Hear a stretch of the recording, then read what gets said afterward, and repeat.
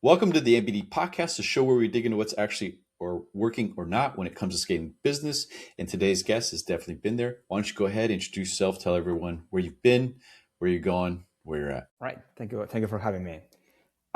So I'm Pere Codina. I'm the CEO and co-founder of PlayGTM. It's a very early stage startup. We started like recently, the last few weeks.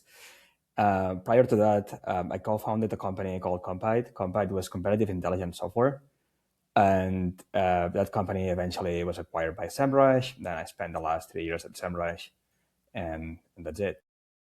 Awesome. So when you first start getting into areas with companies or startups, right? Like you're building a startup, what are areas of opportunities that you start looking for in order to help them to start scaling and overcome failure? Yeah. So I think kind of like the most important thing is look at the value proposition. So I think everyone is trying to, or a lot of go-to-market specialists, they try to go after, let's see what can we do. Can we like try a new tool or try like a new strategy or something like this?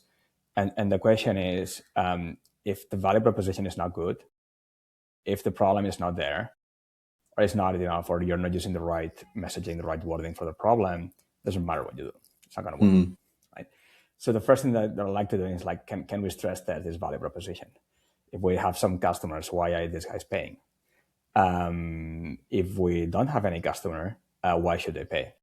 What's the ROI case? Is it strong enough? Do we have strong use cases? And from this, then it's the moment to start building. Then what I like to have is, okay, do we have like a reasonable presence? Reasonable website. Do we have some content on that website? Are we doing any outbound? Are we doing any inbound? Can we build like a minimal standard machine? And from here, we can start piling up and building on strategies. But we need to have a baseline for metrics and then measure absolutely everything every week. Got it. So you identify problem solution essentially at the core root of what this product provides. Then you start looking for different channels that you could message that.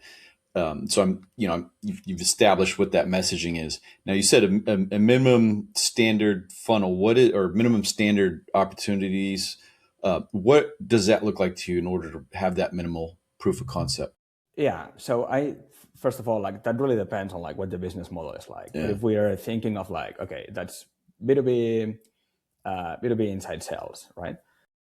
So let's say the company, is selling to other companies and they have to go through a sales process, right? Mm-hmm. And if you, in that case, it's pretty obvious. Let's say it's a founder team, they are starting, they have some customers, maybe like some couple design partners. And the thing is starting to work. And what they want to do is like, okay, now it's time to go to market. Mm-hmm. How do we do it, right? To me, like the thing that I like to do is like, okay, how many, what's your MQL? Who are your ICPs? Who are your personas? Mm-hmm. And why are they your personas, right?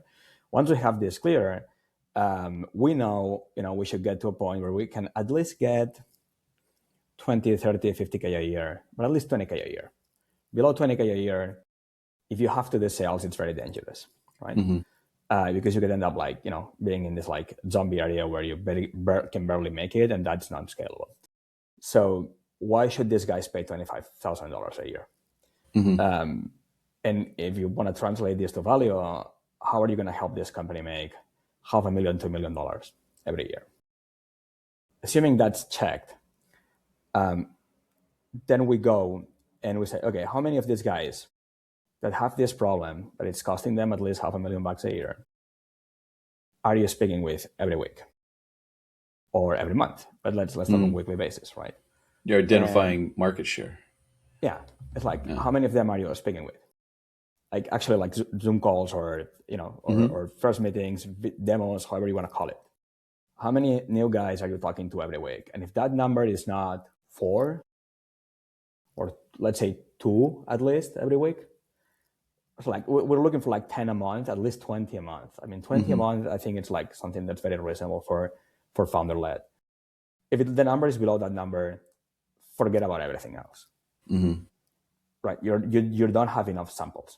You need to talk to 10 to 20 of these guys every month in order to understand who is buying and why are they buying, right? Everything else, just forget about it. It's okay. Mm-hmm. It's nice to have whatever. But if that's not working, if you're not capable of generating this, nothing is going to work, right? And then focus on that until you get these 10 calls. And then most of the times what happens is once they get to the number, once they get to 10, 15, 20 calls a month with new leads, everything looks different. Right. Because they suddenly have a lot of feedback. Yeah. And then it's no longer what the last guy said, right? All this feedback kind of can be processed and can be like, okay. Yeah, aggregated. Yeah. The problem exists, it doesn't exist, it's that big or not. And then you suddenly have at least good enough data so that in a few weeks or maybe in a quarter, you can start making good decisions based on okay, is the value proposition working? Is it not working? Is it the real problem? Does the problem exist or not, right? And then to achieve that, things that help is, like I said, is if your website has nothing on it, which is fine at the beginning, but at some point, it has to look decent, right? And you would be surprised how many guys, they just started the company and have nothing on the website. Oh, I know, yeah, I know. Or the messaging doesn't make sense. You're like, what do you do? Not even that. It looks like some of them, the website looks like crypto scammers because it's cool, yeah. right? It's well, your audience has nothing to do with this, right? These are insurance guys, so they're not gonna like this, right? Yeah. So and then the problem is but we're not doing inbound, we're only doing outbound. It's what do you think is gonna happen once they get your email? So if they get your email or your LinkedIn message, and it's compelling, what these guys are going to do is they're gonna go to your website. They're gonna look at your profile. Who is this guy? What is this company about? And they're going to check out everything in there. And if there is not a nice footer that says the company exists, they'll freak out. Yeah. It's proof. I've had that with email campaigns where I forgot to forward the email that we're using to do outbound back to the site. And then I get, hey, do you know your site's not working? And no, my site's working. Oh no, I got to forward all these domains. Yeah. Cause it's scammy. That's it. So, all this, if you're using outbound, all these domains should redirect to the main domain and all these things. And then from here on, it's okay, so if you no longer look like a scammer, and you look like an actual company, then it's time to start building what I call go-to-market 101, which is, hey, can you start 100? I don't know what's going to work for you, right? So anyone that tells you this is what's going to work for you, and especially true in startups, in when they're launching something that's actually new that wasn't there before, is I know what worked for me in the past. I don't know what's going to work for you. I more or less can tell you what worked for me, how that works, why that worked for me, and you can try it. And if it works for you, great. But if it doesn't work, it's also great, right? And you should never think that anyone is the guru that knows absolutely everything, right? These gurus, they don't exist. They know what works for them. But the world is changing, right? And audiences are different and markets are different. And all what you have to do is test, right? So, but what I like to call the minimal, the go-to-market 101 for B2B, especially B2B inside sales, is, okay, you should be starting 100 prospects a week in LinkedIn. You should be starting 1 to 500 prospects per week on outbound email. And you should be producing at least one piece of content every week and distributing that piece of content in your social media, right? And then with this, build your first kind of funnels. And if nothing works, rethink. Rethink from scratch. Go back. And then one of the mistakes we're seeing very often is, I'm going to get signals. And it's if the problem doesn't exist, there is no signal. If the problem is not big or it's not urgent enough, no signal. It's going to make it work, right? You might get to talk to someone else, one more person, but this is not going to help you get to this 10 to 20 a month, right? So you're also, one thing that's interesting in that when you're super early stage is you're looking for home runs. You're not looking for base hits. The moment something clicks and works, you just feel it. It's oh, suddenly it's working. It's 5 times better than the last test. Yeah. Now we went from 3% reply rate to 20% reply rate, right? It's obvious it's working. 0.5 is not going to make any difference. It's not working, right? Yeah. Well, yeah, building that and scale it, like, keep testing different messaging till you find something that sticks. That's it. So what does that funnel look like? So now you got the messaging, you're getting responses. What does the general funnel look like? Are you dropping on a landing page? Are you pushing them to a demo? Are you pushing them just to a call? I mean, I know it depends on the business, but like, it really depends on the stage. But at this stage, and kind of like with the assumptions we said before, which is, hey, we believe we're going to need to do sales calls for this. And then what you want to do is the number, the only one metric that matters here is how many sales calls with new leads are you doing, with new MQLs or new kind of like qualified leads are you doing? The people that you think are going to be your customer, or the people that look like your existing customers. So they're supposed to have the problem and be willing to pay for it. And that's the only metric. So all you got to do is like, hey, some of these guys reply. You can try different ways to engage with them, but eventually you want to talk to them. At the very beginning, you can play kind of like the market discovery play, which is, hey, I'm a founder, I'm starting, I'm building something new, and I want your feedback. And that works for a while. It's never going to work for your sales developers when you have them, right? Yeah. But it works for a while. And eventually it's like anything you have to do at the beginning while you don't have the brand power or anything like this, just do it. Even if it doesn't scale, it's like whatever gets you to the number, do it. Yeah. Right. If you have to go to events or conferences and talk to the people behind, right, and get a couple more calls there, this is getting you a lot closer, right? So if there is a place where all these guys go to listen to someone that's actually a real influencer in the industry, you just go there, talk to them, do whatever you have to do to get to this number. And I would say you can just forget about anything else. So try to get to the call. And then once you have them in the call, again, it depends on what stage are you. But if it's very early stage, what you want to do is you want to verify that they have the same problem you thought they have. So because if you have a couple guys that are using your technology, they help you build it, and they're happy, they'll probably, once you talk to them, they'll probably tell you why they like what you built, right? Especially if you're charging them. So try to charge them. Because then they'll kind of like explain why are they paying for this, right? And then what you want to do is like replicate this with all these new guys that you're talking to, like kind of like test it. Is this value proposition, right? Do they also, would they be willing to pay if they get this output, right? And at the beginning, it doesn't even matter if they pay a subscription or not. You can even like test if they get the outcome, would they pay for this, right? Yeah. And that's what you want to test.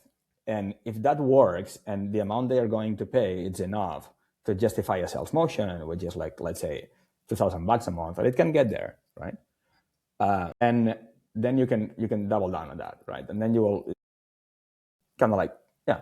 But eventually, if you can close 10 to 20% of these guys, and you're talking to 20 every month, you have 4 customers paying $20K. At the end of the year, this is like $500,000 to $1 million for you. Not that bad. No, that's good. That's a good deal. So if you do the math, it's all about talk to 20 guys every month and close 10 to 20% of them at $5K a year. That's all you need to find. You don't need to find anything else. Yeah. Well, it sounds so easy, but finding those guys to talk to can be very challenging for a lot of businesses. They will only pay this money if they have a $1 million problem that's important enough. Yeah. Yeah. So you figured out, you identify your value prop, you built your funnels, you've identified how to target the people that you're trying to get in front of. You've got your solution, you're going through the sales flow, you onboard them. And then what are some of the strategies you have to maintain them? Because now that you got them, that's great. You got them, through the trial or whatever. Now, how do you keep them from going away?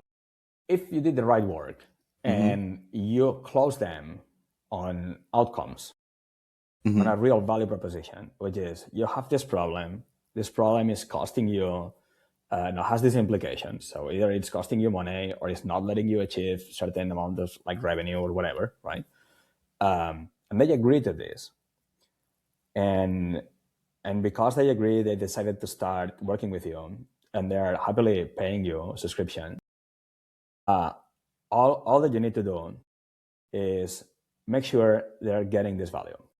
So the most important thing, and that took us, so in our previous startup, it was very hard to prove ROI. So it was really hard. We had what we call a soft ROI case. It was like super hard for us to understand. Our problem is we were selling competitive intelligence. So it was a piece of software that would tell you what your competitors were doing in real time. That is really interesting.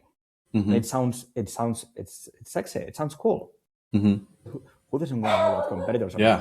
So the problem of this is like, how much is this worth? Is it $500 a month, $1,000 a month, $5,000 a month? And here's when we learned that it was not about the output of the software, the report or the alerts that you could get, but who was using them and for what. So if that same intelligence would be serving a marketing team, we measured that it was very hard for us to sell beyond $500 a month. Very hard, maybe 700, right? But we could never get to the thousands a month. Now, that same piece of intelligence, if you use this piece of intelligence to build sales battle cards for sales teams, suddenly every single sales rep is capable of closing $50,000 more a year, because these are sales that they are not losing to competitors. This is just like preventing a small amount of competitive losses. And this is actually measurable, right? So it was the use case that would make the decision, that would trigger the decision, right? And it was very easy, or like a lot easier, to convince product marketing, sales enablement, sales teams on, hey, this is how you're converting today, and this is what's going to happen after, because this is what our customers are experiencing, right? So eventually you're going to be able to, as long as they have like 20 sales reps, they're going to make $1 million. It's very hard for them not to make an extra $1 million, but they need to have 20 sales reps. So if you're trying to sell this to a smaller company, the ROI is not going to be there.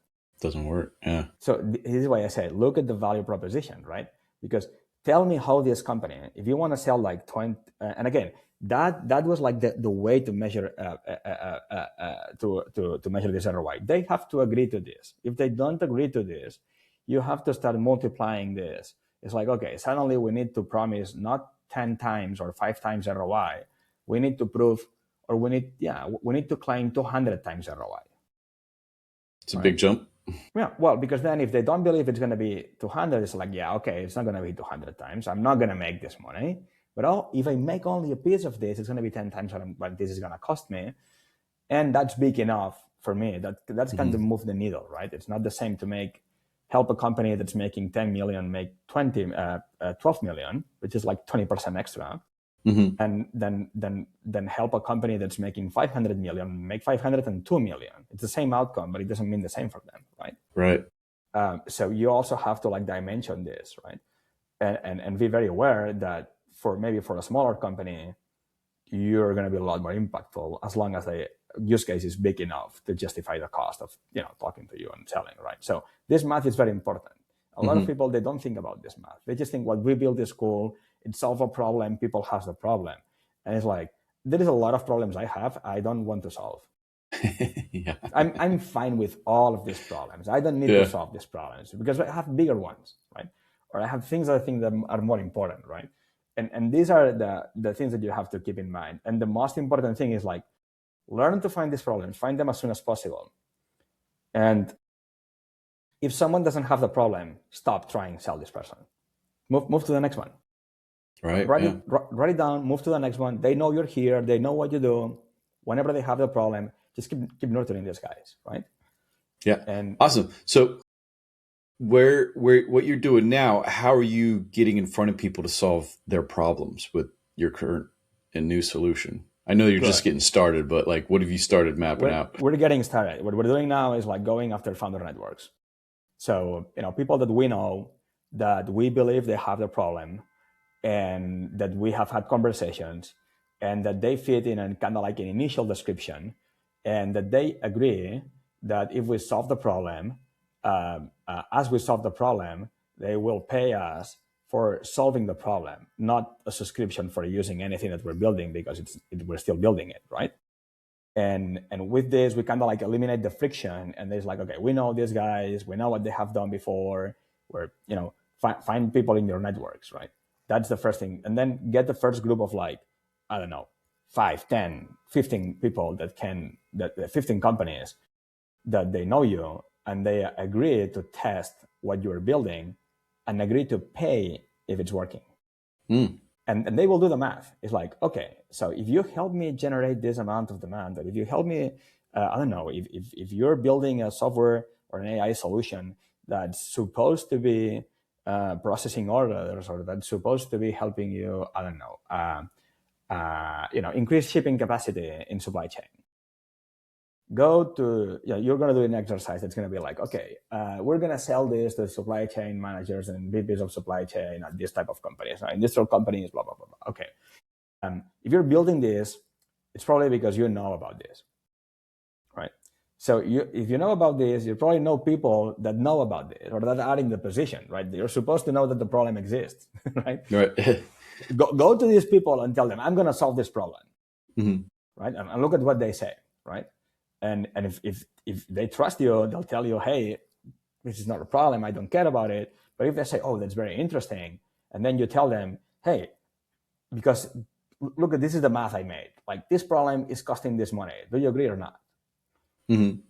Nope. Yep. Makes sense. Yeah. Getting out. If they agree and you charge them 1/20 of the cost, only if it works, only when it works, like find the proxy that measures like, okay, if we get this out, if we produce this output, your shipping capacity has increased. Do we agree on that? Yeah. Every time this happens, I'll charge you this money, which is like, hey, 1/10, 1/20. Yeah. Very hard for them to say, no, I don't want to try this. Especially unless they have to risk something, unless they have to like, I don't know, unless you need to be certified. These are like bigger problems that you also will need to solve over the time, right? But at least with like these initial customers, they have to trust you and trust that you can solve the problem. And then just eliminate the friction. Like no friction. It's impossible to say no. Problem solution. We got your solution. No, it makes sense. It's such a simplistic viewpoint of getting people to think that this is what it is. People have problems. You need to find a solution. You need to find what strings to pull so that way it creates interest on how you can solve their problem. No, awesome. So go ahead. In B2B, no company is going to pay unless ROI is obvious. So the moment the moment it's more than a few $100 a month, right? It has to be there. You need the ROI. And you should start from there. Right? Awesome. So if people are looking to get in contact with you or learn more about what you're doing, how should they find you or reach out? Well, they can find me on LinkedIn, X, or just comment on your posts and I'll be there. I'll try to be there. So awesome. Or they can go to playgtm.ai. We have a nice waitlist. Just like sign up on the waitlist and that's it. Oh, cool. Awesome. All right. Well, thank you for taking the time. Thank you very much, Jason. Appreciate it.